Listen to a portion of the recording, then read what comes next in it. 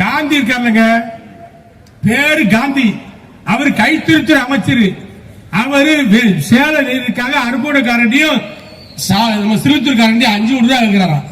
ஏன் நீ பேரை மாத்து, 1 ரூபாய கேட்காத, இல்ல காந்தின்னு பேரை வச்சுக்கிட்டு லஞ்சம் கேட்காத. இதெல்லாம் என்ன அர்த்தம்? இது என்ன அர்த்தம்?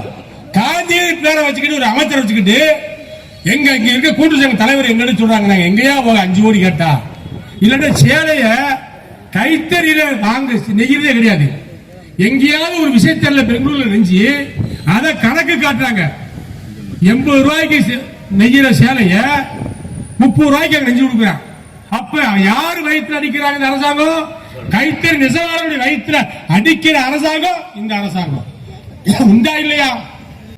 கொஞ்சோடு பாஸ்பரஸ் கலந்தா அது கொஞ்சம் பாதுகாப்பா இருக்கும் குடோன்ல. அதுக்கு கலக்கிறது பூரா என்ன பண்றாங்க தெரியுமா? இந்த அமைச்சர்கள் பாஸ்பரஸ் கலக்கிறது சொல்லி கலப்படம் சொல்லி கேஸ் போட சொல்லி மிரட்டி பேரம் பேசுறாங்க. வெறும் பருப்பு வியாபாரிய, மிளகு வியாபாரிய எல்லாம் பாத்தீங்கன்னா பதறாங்க. ஓட்டு போட்ட மக்கள் அத்தனை பேருமே கதறாங்க. இன்னைக்கு 40 தொகுதி 39 தொகுதி தமிழ்நாட்டில் ஜெயிச்சிட்டோம்னு மாறுதட்டாங்க. 200 தொகுதி சட்டமன்ற ஜெயிக்கும் சொல்றாங்க. யாரு ஓட்டு போடுவா? நாடாளுமன்றம் வேற, சட்டமன்றம் வேற. நாடாளுமன்றத்தில் மக்கள் ஓட்ட கணக்கு ராகுல் காந்தியா மோடியா, இந்த ஆட்சி வேண்டுமா இந்த ஆட்சி வேண்டாமா, அந்த கணக்கு போட்டாங்க. எடப்பாடியாருக்கோ அதிமுக போடுற ஓட்டு டெல்லியை நிர்ணயிக்க போறது கிடையாது. ஒரு கணக்கு போட்ட காரணத்தால ஓட்டு மாறி போச்சு. நாங்க தெருக்குள்ள போறோம், நன்றி சொல்லி போறோம், நிகழ்ச்சிகளுக்கு போறோம், கல்யாண மண்டபங்களுக்கு போறோம், நல்ல விஷயத்துக்கு போறோம். சொல்றாங்க ஐயா சட்டமன்றத்துக்கு உங்களுக்கு தான். நான் கூட சொன்னேன் சும்மா இருங்கம்மா, இப்படியே சொல்லி நாங்களும் உங்களுக்கு சொல்றதை கேட்டு கேட்டு அழுத்து போயிட்டோம். இனிமே சொல்லாதீங்க, நீங்க எங்க வேணாலும் ஓட்ட போட்டு தொலைங்க, எங்க ஆளை விடுங்க. இல்ல இல்ல இல்ல இல்ல அப்படிலாம் சொல்லக்கூடாது, உங்களுக்கு தான் ஓட்டு போடும். இல்ல வேண்டாம் வேண்டாம் வேண்டாம், நாங்க வேண்டாம் வேண்டாம் சொல்ல ஏமா நீங்க இப்படியே சொல்லுவீங்க. 1000 ரூபாய் கொடுத்தாரு போட்டோம், நீங்க ஒரு தடவை ஓட்டு போட்டு 5 வருஷம் நம்ம தெருவில் தெரியணுமா? இல்லையா 1000 ரூபாய் நீங்க நம்ப மாட்டோம்யா. நான் சொன்னேன் 1000 ரூபாய் விடுங்கம்மா. நான் எடப்பாடி பேசிருக்கேன்.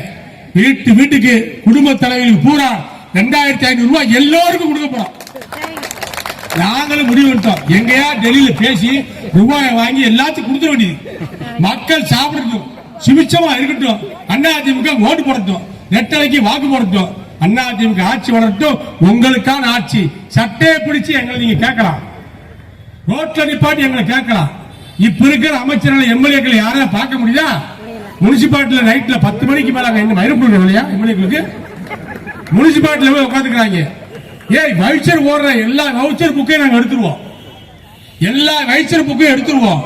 நீ என்னென்ன கொட்டேஷன் வாங்கி பில்லு போட்டிருக்கியோ சேர்மன் ஊரா பார்த்துருக்க. சாந்தி சேர்மன் இருந்துச்சு விருந்தர்ல 3 ஆடிட் பண்ணி பார்த்தாங்க. சீப் ஆடிட், ஒன்று தப்பு நடக்கல.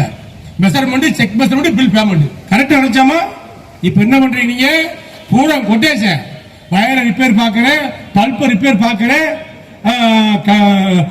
ரோட்ல வர பைப் உடஞ்சு வச்சு ரிப்பேர் பாக்குறேன் அப்படின்னு எத்தனை பில்லு போட்டிருக்கேன்னு நாங்க தகவல் சட்டத்தின் மூலமா கேட்டு வச்சிருக்கோம்.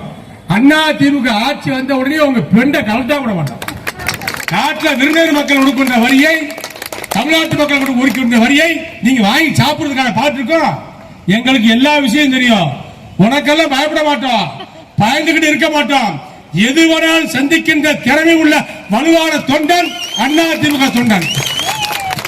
சந்திப்போம், வெற்றி வரும் என்று சொல்லி எடப்பாடியுடைய தலைமையேற்று அவருடைய ஆணைக்கிழமை நடக்கின்ற இந்த கண்டன ஆர்ப்பாட்டம்